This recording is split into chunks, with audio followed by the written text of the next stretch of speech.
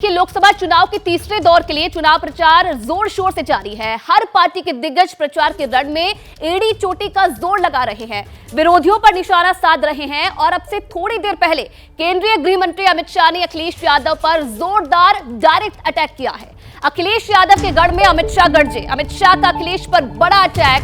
इन लोगों ने राम मंदिर का मुद्दा भटकाया था। प्राण प्रतिष्ठा में वोट बैंक के डर से नहीं गए हैं। बीजेपी किसी वोट बैंक से नहीं डरती है, ये बात भी अमित शाह ने बोली। अमित शाह ने कहा कि ये चुनाव राम भक्तों पर गोली चलाने वाले और मंदिर बनाने वालों के बीच में है और चुनाव के 2 चरण पूरे हो चुके हैं। प्रधानमंत्री मोदी पहले ही शतक बना चुके हैं और 2 शहजादों का अभी तक खाता भी नहीं खुला है।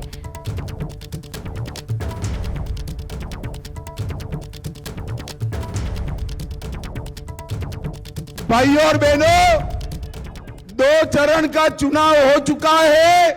परिणाम जानना है 2 चरण का क्या हुआ है, पक्का जानना है, पक्का। 2 चरण में मोदी जी सेंचुरी लगाकर आगे निकल गए हैं और ये 2 शहजादों का अभी तक तो खाता भी नहीं खुला है। भाई और बहनों, दीवार पर लिखा हुआ परिणाम लिख कर रखे। उत्तर प्रदेश की 80 की 80 सीटें इस बार भारतीय जनता पार्टी जीतने जा रही है।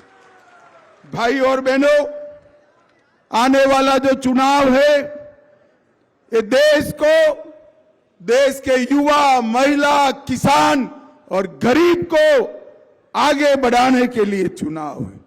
देश को सुरक्षित करने के लिए चुनाव है, देश को समृद्ध करने के लिए चुनाव है। और मैं आज मैनपुरी में आया हूं, उत्तर प्रदेश की भूमि पर आया हूं।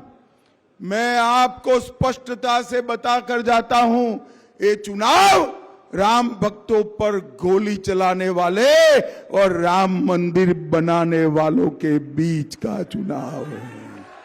भाई और बहनों, 22 जनवरी को जब प्राण प्रतिष्ठा हो रही थी तब ट्रस्ट वालों ने अखिलेश बाबू को और डिंपल मैडम को भी आमंत्रण दिया था, मगर नहीं गए कोई।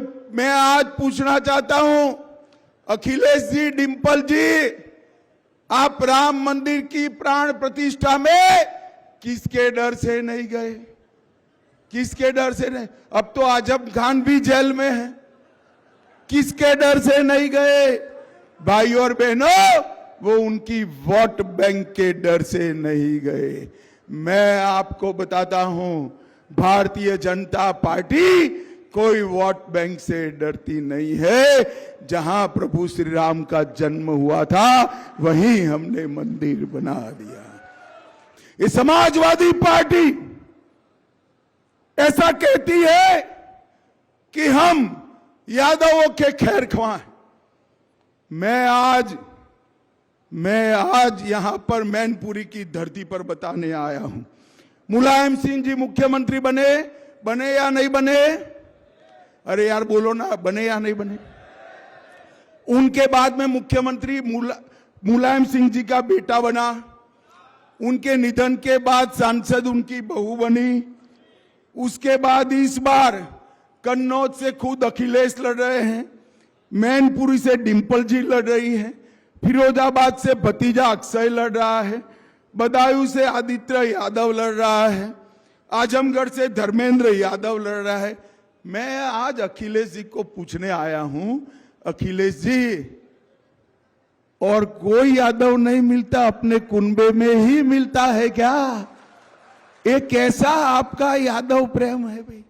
जो कुछ भी है अपने कुनबे में डालो। अरे ये किसी के नहीं है, अपनी सोते हैं। समय आ गया है ये परिवारवादी पार्टियों को समाप्त कर नरेंद्र मोदी के नेतृत्व में मैनपुरी में कमल खिलाने का समय आ गया है। भाई और बहनों, ये किसी के नहीं है, अपनी वोट बैंक के है। और मैं मैनपुरी में कह कर जाता हूं, डर मत रखना, कोई अगर छेड़खानी करेगा तो चुनाव आयोग उसको उल्टा लटका कर सीधा कर देगा। चिंता करने की जरूरत। इन लोगों को आदत पड़ी है सपा के गुंडों से बूथ लुटवाने की, मगर इस बार हमने जयवीर सिंह को लड़ाया है संजीदगी के साथ। भारतीय जनता पार्टी को जिताना है। जैसे ही घड़ी का काटा दोपहर 2:30 पे आए, बबीता जी का दिल सास बहू साजिश के लिए मचल जाए।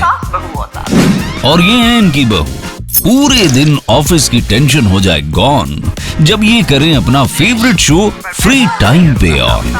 इनकी तरह आप भी देखें अपना फेवरेट शो अपने टाइम पर और डाउनलोड कीजिए एबीपी लाइव ऐप अपने स्मार्ट टीवी पर।